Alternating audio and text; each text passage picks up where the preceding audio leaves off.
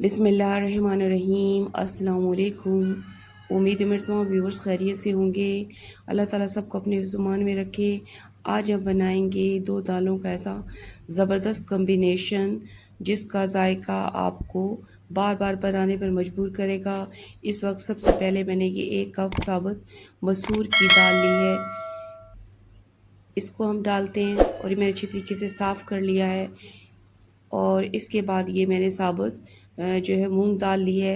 ये दोनों दालों का कम्बिनेशन इसके जायके को मज़ीद बढ़ा देता है और इसमें वो ख़ास टिप भी शामिल होगी जो इसके फ्लेवर को मज़ीद बढ़ाती है, इसलिए आप वीडियो को आखिर तक ज़रूर देखें।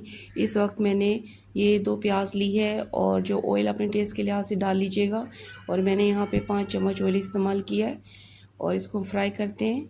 ये देखें अच्छी तरीके से हमारी प्याज फ्राई हो गई है और इस वक्त मैंने ये 4 हरी मिर्चें और 3 टमाटर लिया, इस तरह मैंने इसको काट लिया है। ये क्योंकि ये बहुत दाल के जायके को बढ़ाते हैं, इसके भूनते हैं इसके साथ। और ये मिर्चें हैं 1/2 चम्मच और ये तमाम मसाले 1/2 चम्मच के लिहाज से, सूखा धनिया, नमक, इसको शामिल करते हैं। इसके साथ इसको अच्छी तरीके से भूनते हैं। ये इस वक्त मैंने 1 चम्मच पेस्ट लिया है, इसमें 1/2 कप पानी डाला है। फ्रेश हल्दी, लहसुन, अदरक का पेस्ट है, ये भी इसके फ्लेवर को मज़ीद बढ़ाता है। अच्छे तरीके से इसको भूनते देखें। अब हमारा ऑयल जो है वो मसाले से अलग हो चुका है। ये देखिए माशाल्लाह बहुत ज़बरदस्त खुशबू आ रही है। इस वक्त मैंने इसमें ये 5 कप पानी लिया है। पानी आप इतना डालें कि दाल अच्छी तरीके से गल जाए हमारी। अच्छी तरीके से इसको शामिल करते हैं और इसको कवर कर देते हैं जब तक उबाल आता है। ये देखें उबाल आ चुका है हमारी दाल में अच्छी तरह पानी में। अब हम ये मैंने दाल को यहाँ पे भिगोया नहीं है, इसको 3-4 दफ़ा अच्छी तरीके से पानी से धोया है। मेन टिप इसकी ये है कि दाल को आप भिगोएं मत, क्योंकि भिगोने से दाल अच्छी तरीके से गलेगी नहीं।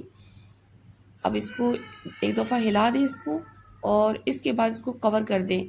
कवर करने के बाद इसमें आपने चम्मच बार बार नहीं चलाना, बस देखें, देखो मैंने हल्का सा चम्मच चलाया है और इस वक्त हमारी दाल जो है वो गल चुकी है और आंच को मैंने मीडियम रखा हुआ था।